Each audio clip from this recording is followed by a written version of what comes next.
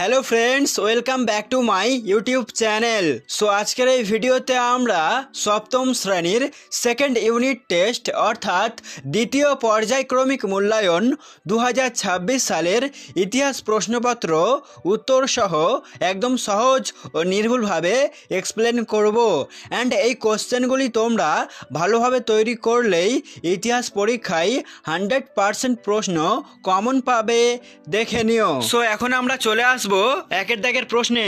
সঠিক উত্তরটি বেছে নিয়ে লেখো যে কোনো 10টি। প্রথম প্রশ্নটি দেখো, সড়ক-ই আজম নির্মাণ করেন হুমায়ুন, শেরশাহ নাকি আকবর? সঠিক উত্তরটি হবে শেরশাহ। পরের প্রশ্নটি দেখো, ঘরঘোড়ার যুদ্ধে বাবরের অন্যতম প্রতিদ্বন্দ্বী ছিলেন? সঠিক উত্তরটি হবে নসরত শাহ। 1.3-এর প্রশ্ন, আকবরনামা গ্রন্থটি কার লেখা? সঠিক উত্তরটি হবে আবুল ফজলের। পরের প্রশ্ন, বিলগ্রামের যুদ্ধ হয়েছিল? সঠিক উত্তরটি হবে অপশন নাম্বার বি, 1540 খ্রিস্টাব্দে। পরবর্তী প্রশ্নটি লক্ষ্য করো, মোগল আমলে সবথেকে ছোট ঘরকে বলা হতো? সঠিক উত্তরটি হবে কোঠরি। আর মোগল আমলে সবথেকে বড় ঘরকে বলা হয় হাভেলি, এটা তোমরা মনে রেখো। পরের প্রশ্নটি লক্ষ্য করো, আকবর দহশালা ব্যবস্থা চালু করেন? সঠিক উত্তরটি হয়ে যাবে 1580 খ্রিস্টাব্দে। পরের প্রশ্ন, আহমেদনগরের প্রধানমন্ত্রী ছিলেন? সঠিক উত্তরটি হবে মালিক অম্বর। পরের প্রশ্ন, পানিপথের প্রথম যুদ্ধ হয়, ব্যাকেটে লিখবে বাবর ও ইব্রাহিম লোদির মধ্যে? সঠিক উত্তরটি হয়ে যাবে 1526 খ্রিস্টাব্দে। পরের প্রশ্ন, নিকোলা কান্টি ছিলেন? সঠিক উত্তরটি হয়ে যাবে ইতালীয় পর্যটক। পরের প্রশ্ন, কোটলা শব্দের অর্থ হলো? সঠিক উত্তরটি হবে দুর্গ বা কেল্লা। পরবর্তী প্রশ্নটি লক্ষ্য করো, সিরি শহরের প্রতিষ্ঠাতা ছিলেন?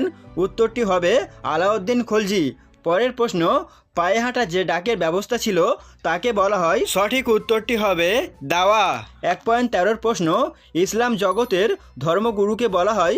সঠিক উত্তরটি হবে খলিফা। এবারে চলে আসবো আমরা 2 দাগের প্রশ্নে। প্রতিটি প্রশ্নের মান 1 নাম্বার করে। প্রথম প্রশ্ন, ইবন বতুতা কোন দেশের অধিবাসী ছিলেন? উত্তর হবে মরক্কো দেশের। পরের প্রশ্ন, সৈয়দ বংশের প্রতিষ্ঠাতা কে ছিলেন? বেশ গুরুত্বপূর্ণ প্রশ্ন। উত্তর খিজির খান।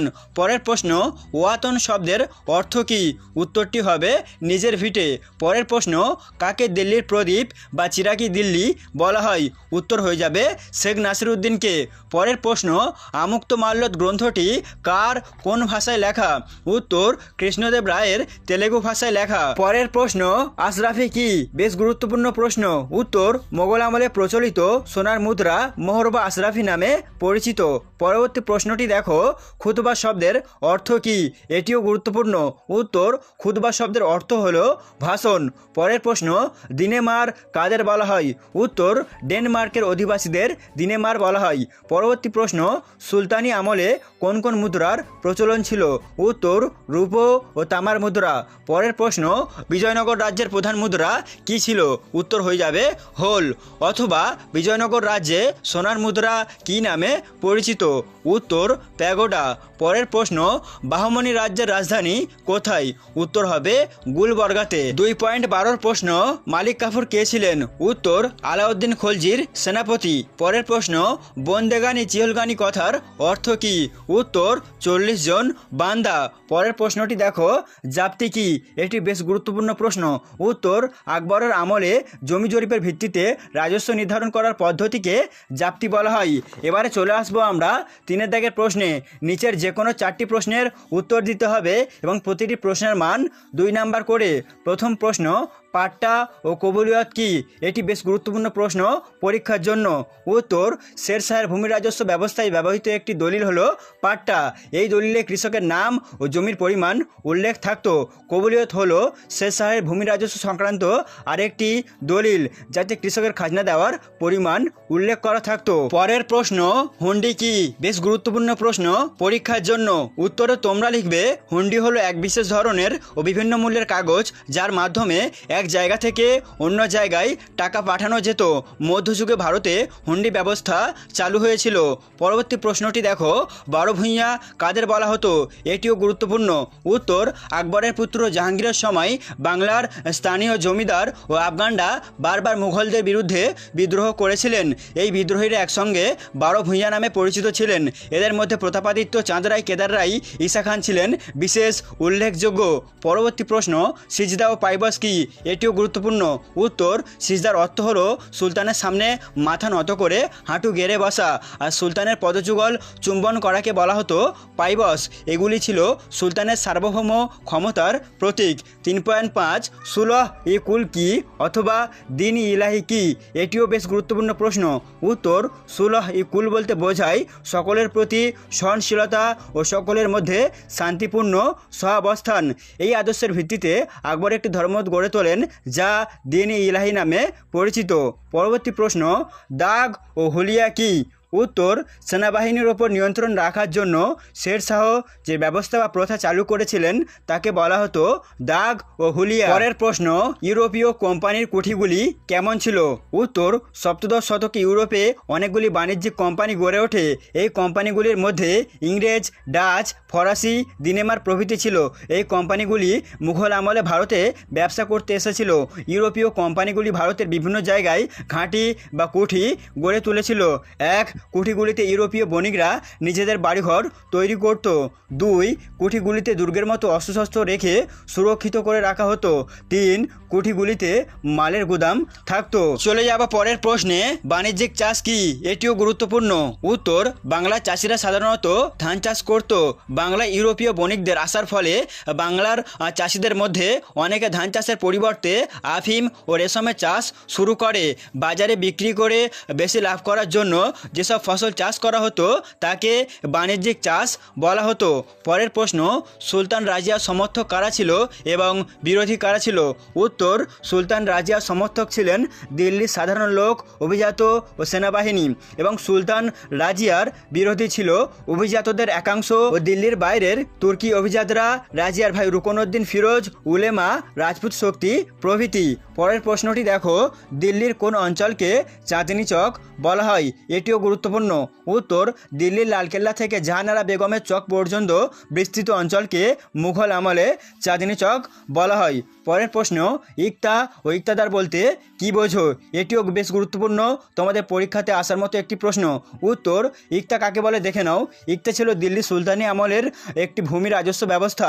এই ব্যবস্থায় সাম্রাজ্যের বিভিন্ন অঞ্চলকে ছোট ছোট প্রশাসনিক এককে ভাগ করা হতো, যেগুলিকে ইকতা বলা হতো। ইকতাদার কাকে বলে দেখো, ইকতাগুলি সামরিক ও বেসামরিক যে কর্মকর্তাদের দায়িত্বে থাকতো তাদের ইকতাদার বা মুক্তি বলা হতো। ইকতাদাররা তাদের ইকতা থেকে রাজস্ব সংগ্রহ করতেন। পরের প্রশ্ন, টিকা লেখো, দাক্ষিণাত্য ক্ষত। উত্তর, ঔরঙ্গজেব দাক্ষিণাত্যকে নিজের অধিকারে আনার জন্য 25 বছর ধরে চেষ্টা করেছিলেন কিন্তু সফল হননি। একেই দাক্ষিণাত্য ক্ষত বলা হয়। 1707 খ্রিস্টাব্দে এই দাক্ষিণাত্যেই ঔরঙ্গজেবের মৃত্যু হয়। পরের প্রশ্নটি দেখো, জাপ্তি ব্যবস্থা বা প্রথা কাকে বলে? বেশ গুরুত্বপূর্ণ প্রশ্ন পরীক্ষার জন্য। উত্তরে তোমরা লিখবে, জাপ্তি ব্যবস্থা হলো মুঘল সম্রাট আকবর কর্তৃক প্রবর্তিত একটি উন্নত ভূমি রাজস্ব নির্ধারণ পদ্ধতি। এই ব্যবস্থায় প্রতিটি কৃষি জমির উৎপন্ন ফসলের গড় ফলন এবং বিগত 10 বছরের বাজার মূল্যের ভিত্তিতে রাজস্বের পরিমাণ স্থির করা হতো। ভূমি জরিপ করে উৎপাদিত ফসলের ধরন এবং উর্বরতা অনুযায়ী জমিকে বিভিন্ন শ্রেণীতে ভাগ করা হতো। কৃষকদের উৎপাদিত ফসলের 1/3 রাজস্ব হিসেবে ধার্য করা হতো, যা নগদ অর্থে বা ফসলে পরিশোধ করা যেত। এই ব্যবস্থা টোডরমাল কর্তৃক প্রণীত হওয়ায় এটিকে জাপ্তি ব্যবস্থা বা দহশালা ব্যবস্থা নামেও পরিচিত। চলে আসছি আমরা 4 দাগের প্রশ্নে এবং প্রতিটি প্রশ্নের মান 3 নাম্বার করে। প্রথম প্রশ্ন, সুলতান রাজিয়ার কৃতিত্ব আলোচনা করো। বেশ গুরুত্বপূর্ণ প্রশ্ন পরীক্ষার জন্য। উত্তরে তোমরা লিখবে, সুলতান রাজিয়া ছিলেন দিল্লির প্রথম মুসলিম মহিলা শাসক এবং তার কৃতিত্ব ছিল বিশেষভাবে উল্লেখযোগ্য। তিনি তার পিতার মৃত্যুর পর 1236 খ্রিস্টাব্দে সিংহাসনে বসেন এবং প্রায় 4 বছর দিল্লি শাসন করেন। রাজিয়া ছিলেন একজন যোগ্য শাসক, দক্ষ প্রশাসক এবং সাহসী যোদ্ধা। তিনি তার রাজ্যকে সুসংহত করতে এবং বিদ্রোহ দমন করতে সক্ষম হয়েছিলেন। তার শাসনামলে তিনি ন্যায় বিচার প্রতিষ্ঠা এবং সাম্রাজ্যের অর্থনৈতিক উন্নতির দিকে মনোযোগ দিয়েছিলেন। এবারে তোমরা পয়েন্ট করবে রাজিয়ার প্রধান কৃতিত্বগুলি হলো: 1. সামরিক দক্ষতা। রাজিয়া ছিলেন একজন দক্ষ সেনাপতি এবং যুদ্ধক্ষেত্রে সৈন্যদের নেতৃত্ব দিতেন। তিনি তার সৈন্যদের মনোবল বৃদ্ধি করতেন। 2. প্রশাসনিক সংস্কার। রাজিয়ার শাসনামলে প্রশাসনে কিছু ইতিবাচক পরিবর্তন আনা হয়েছিল। তিনি সাম্রাজ্যের বিভিন্ন স্থানে স্কুল, শিক্ষা প্রতিষ্ঠান এবং পাবলিক লাইব্রেরি প্রতিষ্ঠা করেন। 3. ন্যায় বিচার প্রতিষ্ঠা। তিনি প্রজাদের জন্য ন্যায় বিচার প্রতিষ্ঠার চেষ্টা করেন এবং দুর্নীতি দমনের জন্য সচেষ্ট ছিলেন। 4. অর্থনৈতিক উন্নয়ন। তার শাসনামলে সাম্রাজ্যের অর্থনীতি স্থিতিশীল ছিল এবং ব্যবসা বাণিজ্যের উন্নতি ঘটেছিল। যদিও রাজিয়ার শাসনকাল স্বল্পস্থায়ী ছিল, কিন্তু তার কৃতিত্ব ছিল অনস্বীকার্য। তিনি তার যোগ্যতা, দক্ষতা ও প্রজাপ্রিয়তার জন্য ইতিহাসে স্মরণীয় হয়ে আছেন। এবারে চলে আসবো আমরা পরের প্রশ্নে। টিকা লেখো ইক্তা ব্যবস্থা বেশ গুরুত্বপূর্ণ পরীক্ষার জন্য। এর সাথে তোমরা করবে জায়গিরদারি ব্যবস্থা ও মনসবদারি ব্যবস্থা, ঠিক আছে? এবং এর সাথে তোমরা করবে ঘরঘরার যুদ্ধ, এটাও তোমরা দেখে যাবে। 4.3-এর প্রশ্নটি দেখো: সুলতান ইলতুৎমিশের সামনে প্রধান 3টি সমস্যা কী ছিল? এটিও বেশ গুরুত্বপূর্ণ। তোমরা এই প্রশ্নের উত্তর পাবে পাঠ্য বইয়ের 45 নম্বর পৃষ্ঠায়। 4.4-এর প্রশ্ন: মোগল সম্রাট আকবরের রাজপুত নীতি সম্পর্কে যা জানো লেখো। পরের প্রশ্ন: শাহজাহানাবাদের নাগরিক চরিত্র কেমন ছিল? এটাও তোমরা ভালোভাবে তৈরি করবে। এবারে চলে আসবো আমরা 5 দাগের প্রশ্নে। যে কোনো 2টি প্রশ্নের উত্তর দিতে হবে এবং প্রশ্নের মান 5 নাম্বার করে। তো প্রথম প্রশ্নটি দেখো: শের শাহের শাসন ব্যবস্থার সংস্কারগুলি সম্পর্কে সংক্ষেপে লেখো। তো উত্তরে তোমরা লিখবে 1540 খ্রিস্টাব্দে শের শাহ দিল্লির সিংহাসনে বসে বেশ কিছু শাসন সংস্কারমূলক কাজ করেন। তিনি ভূমি রাজস্ব, শুল্ক, যোগাযোগ, বিচার ও সামরিক ব্যবস্থার সংস্কার করেন। প্রথমে পয়েন্ট করবে শের শাহের ভূমি রাজস্ব সংস্কার। শের শাহ কৃষককে পাট্টা দিয়েছিলেন। এই পাট্টায় কৃষকের নাম, জমিতে কৃষকের অধিকার, কত রাজস্ব দিতে হবে প্রভৃতি লেখা থাকতো। আর তার বদলে কৃষক রাজস্ব দেওয়ার কথা কবুল করে কবুলিয়ত নামে অন্য একটি দলিল সম্রাটকে দিত। 2. সড়ক যোগাযোগ ব্যবস্থার উন্নতি। শের শাহ ভারতের বেশ কয়েকটি বড় বড় রাস্তা তৈরি করেছিলেন। তার মধ্যে উল্লেখযোগ্য সড়ক-ই আজম, যা বাংলার সোনারগাঁও থেকে উত্তর পশ্চিম সীমান্তে পেশোয়ার পর্যন্ত বিস্তৃত ছিল। এর দৈর্ঘ্য ছিল প্রায় 2400 কিলোমিটার। এই রাস্তাটি বর্তমানে গ্র্যান্ড ট্রাঙ্ক রোড নামে খ্যাত। 3 নম্বর পয়েন্ট করবে সরাইখানা। পথিক এবং বণিকদের সুবিধার জন্য তিনি রাস্তার ধারে ধারে অনেক সরাইখানা তৈরি করেছিলেন। 4 নম্বর পয়েন্ট করবে ডাক যোগাযোগ ব্যবস্থা। শের শাহ ঘোড়ার মাধ্যমে ডাক যোগাযোগ ব্যবস্থার উন্নতি ঘটিয়েছিলেন। 5 নম্বর পয়েন্ট করবে সামরিক ব্যবস্থা। শের শাহ তার সেনাবাহিনীতে অশ্বারোহীর পদাতিক সেনা এবং হস্তি বাহিনীর উন্নতি ঘটান।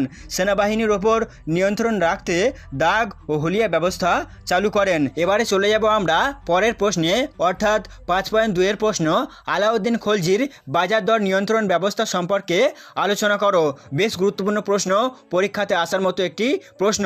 এই প্রশ্নের উত্তর পাবে তোমরা পাঠ্য বইয়ের 59 নম্বর পৃষ্ঠায়। পরের প্রশ্নটি দেখো: সুলতানি আমলে দিল্লির জল সংরক্ষণ ও জল সরবরাহ ব্যবস্থা কেমন ছিল? এটাও তোমরা দেখে যাবে। পরের প্রশ্নটি দেখো, অর্থাৎ আজকের লাস্ট প্রশ্ন: মধ্যযুগের ভারতে দেশ ও বিদেশের বাণিজ্যের পরিচয় দাও। এটাও তোমরা এর সাথে করে যাবে। সো বন্ধুরা, এটাই ছিল তোমাদের সপ্তম শ্রেণীর সেকেন্ড ইউনিট টেস্টের ইতিহাস সাজেশন। এই সাজেশনটি তোমরা পরীক্ষার আগে ভালো করে তৈরি করো। আই হোপ তোমরা এখান থেকে অনেক প্রশ্ন পরীক্ষাতে কমন পেতে চলেছো। সেই সঙ্গে আজকের মতো ভিডিওটি এখানেই এন্ড করছি।